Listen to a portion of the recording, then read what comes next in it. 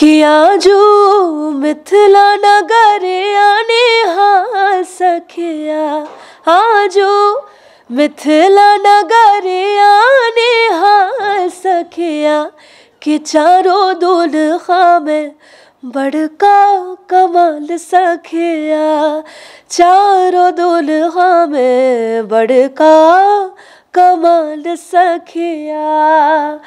जिक्र लागे जोगी मुनि जप तप कैले, से मोरा मिथिला में पाहुन बन के अइले, कि आज लोढ़ी से सिकाइन के गा सखिया, कि चारों दुल्हा में बड़का कमाल सखिया। जब कहते हैं कि कैसा रहा सफ़र, सफ़र बहुत ही कमाल रहा है और आगे भी कमाल होगा। अभी तो मुझे लगता है, मैं कहती हूँ कि अभी तो शुरुआत ही है और सफ़र जो है बहुत चटपटा, जैसे खाने में अलग अलग स्पाइसेस के अलग अलग टेस्ट होता है, तो मैं हमेशा अपने सक्सेस की जर्नी को खाने से मिलाती हूँ। उसमें जितने सारे अलग अलग स्वाद रहते हैं, हमारे सक्सेस के जर्नी में भी बहुत अलग अलग स्वाद रहते हैं, खट्टे मीठे तीखे प्यारे प्यारे अच्छे अच्छे चटपटे। हम हमेशा वेकेशंस पे जाया करते थे। मेरे घर में हमेशा से संगीत का माहौल रहा, पर किसी ने इसको अपने एज अ प्रोफेशन कभी किसी ने नहीं चुना। मैं अकेली हूँ जिसने इसको गायकी को ही अपना जीवन माना। और पटना में हमारी पढ़ाई लिखाई हुई, तो मुझे बचपन से मैं एक ऐसी बच्ची थी जिसको डांस गाना दोनों ही बेहद पसंद था। तो जैसे म्यूज़िक ऑन होता था मैं भी ऑन हो जाती थी, ऐसे मेरे मम्मी पापा कहते हैं। तरीके से मुझे संगीत ने हमेशा अपने तरफ जिस तरह से खींचा, तो मुझे ऐसा लगता था कि मतलब होता नहीं, कभी कभी बचपन में ही आपको बहुत सारे ऐसे बच्चे होते हैं जिनको बचपन में पता चल जाता है कि उनको क्या करना है। तो मुझे लगता उन बच्चों में से मैं थी। तो जब मैं 6-7 साल की हुई तब से फिर मैंने क्लासिकल सीखना शुरू किया। हालांकि पहले मैं डांस सीखती थी, आप लोगों को बता दूं। पहले मैंने 1.5 साल मैंने कथक सीखा था, 6-7 महीने मैंने भरतनाट्यम सीखा था। उसके बाद मुझे ऐसा लगा कि मुझे गाना भी बहुत ज़्यादा पसंद है, तो फिर मैं गाना भी सीखने लगी। पर मैं बच्ची थी, अब 3rd स्टैंडर्ड में पढ़ती थी। अब छोटी सी जान क्या क्या करे, पढ़ाई भी करे, गाना भी करे, डांस भी करे, तो थोड़ा मेरे लिए मैनेज नहीं हो पा रहा था। बट फिर मुझे लगा कि शायद मैं गाना जो है वो ज़्यादा बेहतर कर सकती हूँ, क्योंकि मुझे मन लग गया था। सुबह सुबह पापा 4 बजे उठवा के मम्मी पापा मुझे रियाज़ कराते थे, तो मुझे बहुत अच्छा लगता था। मतलब ऐसा कभी होता है ना कि पेरेंट्स भी आजकल के स्पेशली मैं देखती हूँ कि अगर एक्स्ट्रा एक्टिविटीज़ बच्चे करते तो पेरेंट्स भी अब बड़ा उनका साथ देने लगे। सपना डेफिनेटली सबका हक है देखना, और उसको पूरा करना बहुत इम्पॉर्टेंट है। हालांकि अभी भी कहीं ना कहीं जब मैं देखती हूँ, मुंबई शिफ्ट हुए मुझे 6-7 साल हो गए, बट पता तो चलता ही रहता है कि अपने शहर में क्या हो रहा है। बट अभी भी रेशियो जो है वो कम है। सपोर्टिव फैमिली 30% है, अभी भी 70% थोड़ा सा वही मुझे लगता है कि कला के क्षेत्र में अभी भी कला को लोग हॉबी के ही रूप से देखते हैं, स्पेशली बिहार में, कि हाँ ठीक है पढ़ना लिखना तो गाना बजाना तो चलता ही रहेगा, लेकिन करना क्या है लाइफ में। क्योंकि जब थोड़ी मैं बड़ी हो गई ना, तो दूर दूर के रिलेटिव्स जो होते हैं जो हमेशा ताना देते रहते हैं, तो आप भी ताना सुने हो बहुत ज़्यादा। तो उनका था कि नहीं नहीं बहुत अच्छा है। मतलब जैसे मैं ऑडिशंस में सेलेक्ट हो जाती थी या मैं किसी कंपटीशन में अच्छा कर लेती थी, नहीं नहीं क्या बात है, बहुत अच्छा है, तो हमें तो पता ही था ये बहुत अच्छा होगा, लेकिन आगे करना क्या है। कि ये मेरा एक सिग्नेचर सॉन्ग हो गया। हालांकि ये काफ़ी पुराना फोक है, बट सबने इसको गाया। पर मैंने जिस तरीके से एक जैसे कि मैंने कहा कि मैं यंग, आज की जो युवा पीढ़ी है, मेरा बहुत मेन फोकस है कि वो बहुत ज़्यादा अपने संस्कृति से जुड़े, क्योंकि कहीं ना कहीं हम ट्रेंड को फॉलो करते हैं और अपने ट्रेडिशन को जो है वो भूलते जा रहे हैं। बिहार की बेटी, बिहार से सुपौल से आने वाली बेटी जाकर सपनों की शहर मुंबई में जाकर जो है वो अपना परफॉर्म करती है। और बिहार में कहा जाता है कि बेटियों के लिए जो है गायकी हो या डांस या कुछ भी इस तरीके का कोई अगर कुछ करते हैं तो लोग पसंद नहीं करते हैं। हमारे साथ प्रिया मलिक हैं, बिहार के सुपौल से आती हैं। प्रिया मलिक जी, बहुत बहुत स्वागत। सबसे पहले NBC 24 के सारे दर्शकों को मेरा प्रणाम और होली की बहुत सारी शुभकामनाएं। मुझे जब भी मैं पटना आती हूँ तो मेरा तो घर है और सुपौल भी मेरा घर है। हम लोग तो वहाँ पे खेल कूद के बड़े हुए हैं, तो हमेशा अपना सा लगता है। और जब भी यहाँ पे आओ, स्पेशली आप लोग मीडिया परिवार से इतना प्यार मिलता है, तो मुझे बहुत ही खुशी होती है। धन्यवाद। आप सुपौल से आती हैं, बिहार से आती हैं, आपके कैरियर की शुरुआत जो है यहाँ से हुई। 17 साल पहले आप यहाँ से मुंबई शायद चली गई थी। जी जी जी। कैसे सफ़र की जो शुरुआत हुई, कितना मतलब कठिन हुआ, कितना परिश्रम? ये सबसे मेरा पसंदीदा क्वेश्चन है कि मुझे जब कहते हैं कि कैसा रहा सफ़र। सफ़र बहुत ही कमाल रहा है और आगे भी कमाल होगा। अभी तो मुझे लगता है, मैं कहती हूँ कि अभी तो शुरुआत ही है और सफ़र जो है बहुत चटपटा, जैसे खाने में अलग अलग स्पाइसेस के अलग अलग टेस्ट होता है, तो मैं हमेशा अपने सक्सेस की जर्नी को खाने से मिलाती हूँ। उसमें जितने सारे अलग अलग स्वाद रहते हैं, हमारे सक्सेस के जर्नी में भी बहुत अलग अलग स्वाद रहते हैं, खट्टे मीठे तीखे, प्यारे प्यारे, अच्छे अच्छे, चटपटे। तो जी हाँ, सुपौल जो है वो हमारा दादा घर रहा है और वहाँ पे हम लोग हमेशा छुट्टियों में जाया करते थे। हमारी कुल देवी हैं जो सुपौल में ही गांव है जगतपुर, तो वहाँ पे हम हमेशा वेकेशंस पे जाया करते थे। मेरे घर में हमेशा से संगीत का माहौल रहा, पर किसी ने इसको अपने एज अ प्रोफेशन कभी किसी ने नहीं चुना। मैं अकेली हूँ जिसने इसको, गायकी को ही अपना जीवन माना। और पटना में हमारी पढ़ाई लिखाई हुई, तो मुझे बचपन से, मैं एक ऐसी बच्ची थी जिसको डांस गाना दोनों ही बेहद पसंद था। तो जैसे म्यूज़िक ऑन होता था मैं भी ऑन हो जाती थी, ऐसे मेरे मम्मी पापा कहते हैं।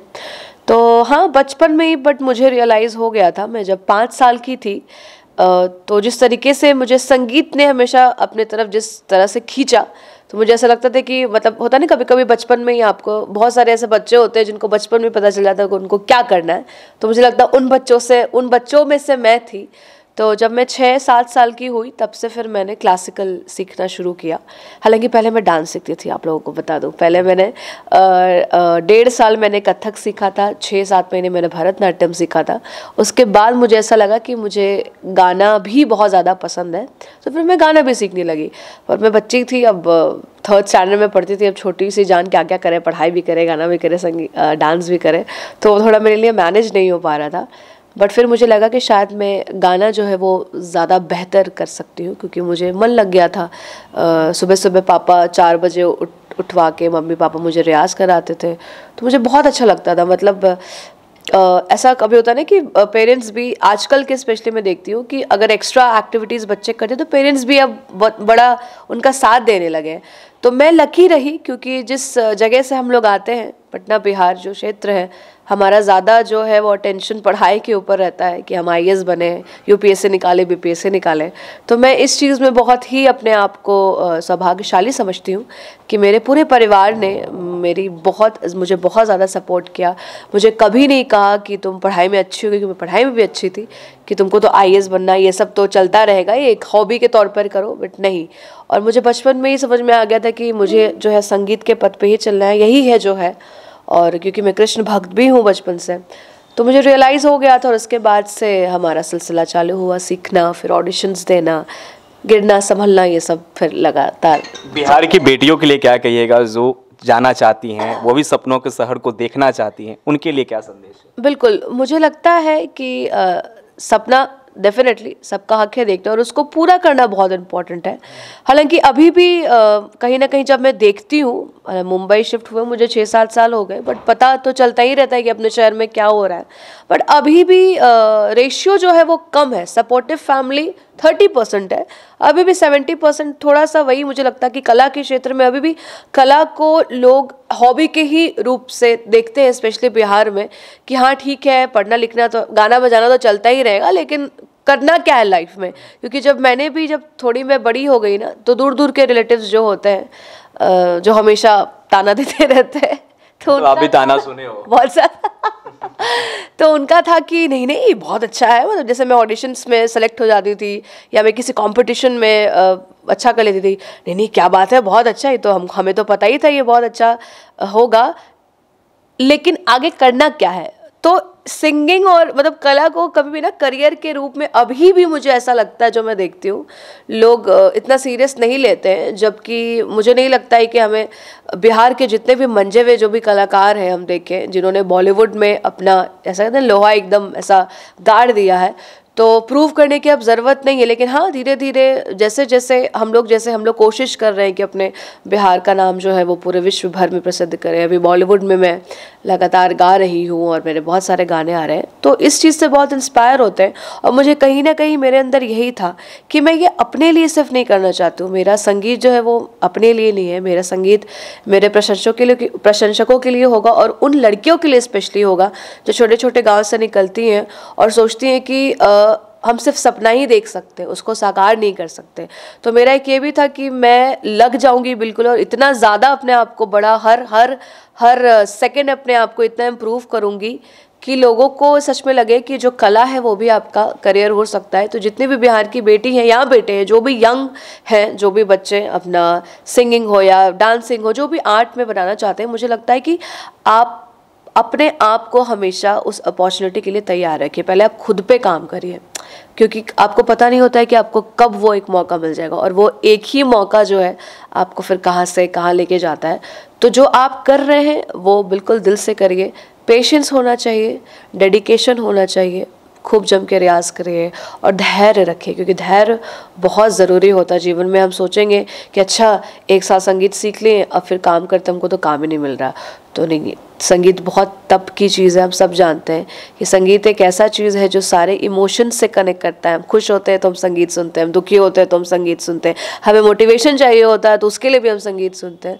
तो अपने आप को बहुत ही धैर्य बनाए रखें और मेहनत करें। और सब कहते हैं कि जब कर्म आप एकदम निष्ठा से करिएगा, पूरे लगन के साथ करिएगा, तो फिर आपका भाग्य भी आपके साथ डेफिनेटली चमकेगा। आपका एक गीत है जो बहुत ज़्यादा बिहार में सुना जाता है, हाँ। वो गीत है सखिया वाला, जो कुछ हाँ, मिथिला नगरिया जी। हाँ, इसके भी एक बिल्कुल बिल्कुल, ये तो मतलब कहूँ कि ये मेरा एक सिग्नेचर सॉन्ग हो गया। हालांकि ये काफ़ी पुराना फोक है, बट सबने इसको गाया। पर मैंने जिस तरीके से एक जैसे कि मैंने कहा कि मैं यंग, आज की जो युवा पीढ़ी है, मेरा बहुत मेन फोकस है कि वो बहुत ज़्यादा अपने संस्कृति से जुड़े, क्योंकि कहीं ना कहीं हम ट्रेंड को फॉलो करते हैं और अपने ट्रेडिशन को जो है वो भूलते जा रहे हैं। तो इस गाने को लोगों ने बहुत प्यार दिया था, तो आप सबके लिए किया जो मिथिला नगरिया ने हाँ सखिया, हाँ जो मिथिला नगरिया ने हाँ सखिया, कि चारों दुल्हा में बड़का कमाल सखिया, चारों दुल्हा में बड़का कमाल सखिया, जिक्र लागे जोगी मुनि जप तप कैले, से मोरा मिथिला में पाहुन बन के अइले, कि आज लोढ़ी से सिकाइन के गा सखिया, कि चारों दुल्हा में बड़का कमाल सखिया, चारों दुल्हा में बड़का कमाल सखिया। प्रिया मलिक, गाना भी आप खुद लिखती हैं? नहीं नहीं नहीं नहीं, गाना लिखने मतलब कोशिश करती हूँ, बट नहीं, मैं उतना लिख नहीं पाती हूँ। मैं कभी कभी थॉट्स लिखती हूँ, जैसे कभी कभी 2-3 लाइनें आती है ना, तो वो भी महीने में कभी कभार गलती से हो जाता है, बट मैं इतना लिख नहीं पाती हूँ। मैं अपनी गायकी से ही कोशिश करती हूँ कि मैं सारी चीज़ें करूँ। तो आप बागेश्वर धाम गई थी, आपका वहाँ एक गीत सुना गया, होली गीत, जो काफ़ी लोगों का जो है पूरा हुजूम था, देखा जा रहा था कि पूरा एकदम मतलब सब लोग जो है भर भर के प्यार दे रहे थे। एक बार वो भी हम दर्शकों के लिए जाएंगे, वो भी एक बार। बिल्कुल, हाँ, बागेश्वर धाम से हमें बुलावा आया था और वो एक्सपीरियंस बहुत ही अच्छा रहा, क्योंकि एक तो पूरे दुनिया से संत जितने हैं समाज, सारे वहाँ पे जुड़े थे, और इतने संतों के बीच गाना, और कम से कम 20-25 लाख की जनता थी, सारे जितने भी दर्शक थे, जो भी जितने भक्ति भाव से सब भरे थे, और इतने संतों का आशीर्वाद मुझे मिला। तो मैं सबसे छोटी थी वहाँ पे, तो मुझे बहुत पसंद आया। तो मैंने वहाँ पर महादेव की एक होली सबको सुनाई थी, क्योंकि हम राधा कृष्ण की होली तो पूरे विश्व भर में है और हम सब उसे गाते हैं, और मैं मिथिला से हूँ तो राम जी की भी होली गाते हैं, पर शिव जी कैसे होली खेलते हैं, तो वो मैंने वहाँ पर गाया था और सबने उसको बहुत प्यार दिया था। और होली है भी तो ऐसा है कि देखी छटा ऐसे फागुन के ओरे, शिवजन ठाने के खेलेंगे हो रे। देखी छटा ऐसे फागुन के ओरे, शिवजन ठाने के खेलेंगे हो रे। छोड़ा गुलाल लिए भस्म के कटोरे ओरे, खेले मसाने में, खेले मसाने में, खेले मसाने में हो रे दिगंबर, खेले मसाने में हो रे। आज खेले मसाने में हो रे दिगंबर, खेले मसाने में हो रे। आज खेले मसाने में हो रे दिगंबर, खेले मसाने में हो रे।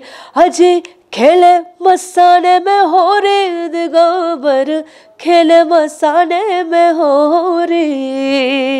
चलिए, बहुत सुंदर। और इसी गायकी के जो दीवाने हैं पूरे बिहार से लेकर के अलग अलग राज्य में। एक प्रिया मलिक, आप सवाल आपसे करना है कि बिहार में बहुत सारे लैंग्वेज बोले जाते हैं, मगही बोले जाते हैं, भोजपुरी बोले जाते हैं, मैथिली बोले जाते हैं, लेकिन एक भाषा को लेकर के हमेशा विवाद रहा है।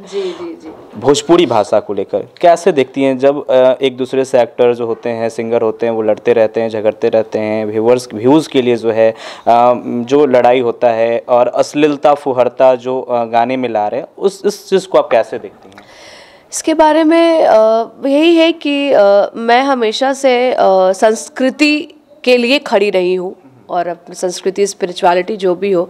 और मुंबई में जब हम लोग जाते हैं तो एक चीज़ है कि जब ऐसे किसी को पता नहीं चलता है कि अच्छा बिहार से या क्या है, क्योंकि अब बोलचाल वैसा हो गया है, एक्सेंट वैक्सेंट जब यहाँ आते तब होता है।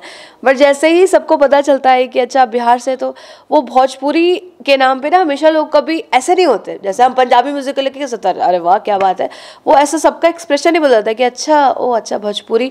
तो ये मेरी हमेशा से मतलब जो भी मैं देखते आ रही हूँ, और इसके लिए मुझे बहुत तकलीफ भी होती, टू बी वेरी ऑनेस्ट। आज मैं इस पर थोड़ा सा बात करना चाहूँगी, क्योंकि मैं करना चाह रही थी बहुत समय से, कि एक तरफ हम लोग जो है अपनी फोक को बहुत ज़्यादा अभी लगातार काम करें, जैसे ये मिथिला नगरिया है या ए पहुना सारे गाने हैं, या ये जो मैं भी गा रही थी, तो हम अपने फोक को बढ़ा रहे हैं कि ये है असली म्यूज़िक।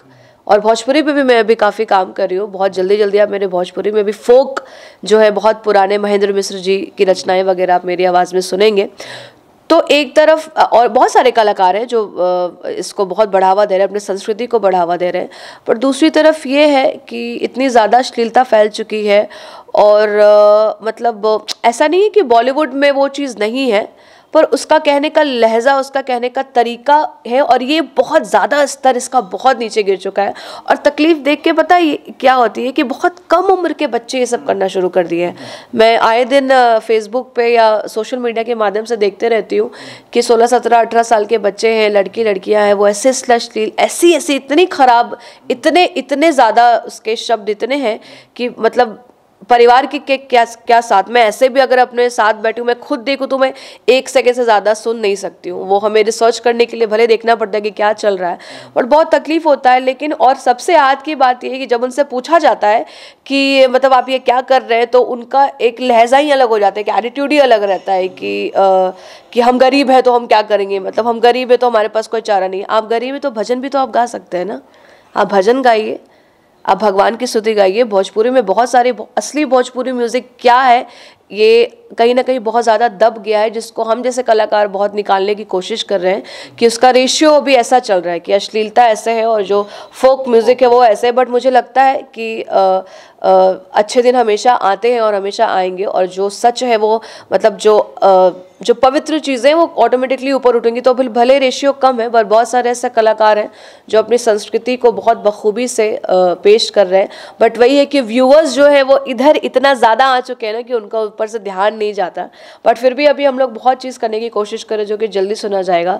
बट फिर भी मैं बीइंग अ बिहारी, मुझे जब ये सब बाहर लोग कहते हैं ना कि इतनी सारी अश्लीलता है, कैसे कैसे गाने आप लोग मतलब बनाते हैं, या जो ये ऑटो ट्यूनर का ज़माना चला हुआ है, तो ये सुनकर बहुत ज़्यादा तकलीफ़ होती है। बट फिर भी मैं ईश्वर से प्रार्थना करती हूँ कि उनको सद्बुद्धि दे, उनका कभी दिमाग खोल दे। कहते हैं ना, एनलाइटमेंट की ज़रूरत है ऐसे बच्चों को।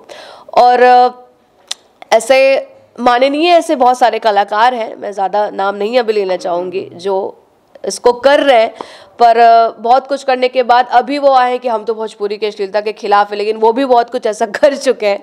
तो मुझे लगता है कि कहीं ना कहीं उनको देखकर, जैसे कहते हैं ना कि अब हम ऐसे काम करें तो हमें देखकर जो हमारे पीछे से वो हमें देखकर शायद वो अच्छा काम करेंगे। तो ये सारी ऑलरेडी काम हो चुके हैं पहले से, तो ये सारे जो बच्चे हैं आजकल के 17-18 साल के, वो इसको बहुत कूल मानते हैं। उनको लगता है कि हमें क्या पैसा तो आ रहा है, बट ये नहीं होता। कहीं ना कहीं आप अपनी देश को, अपने देश को और अपने स्टेट को बहुत बुरे तरीके से रिप्रेजेंट कर रहे हैं, जो कि ये नहीं है। अभी अगर हम पंजाबी राजस्थानी म्यूज़िक की बात करें, वो कितना रिच है।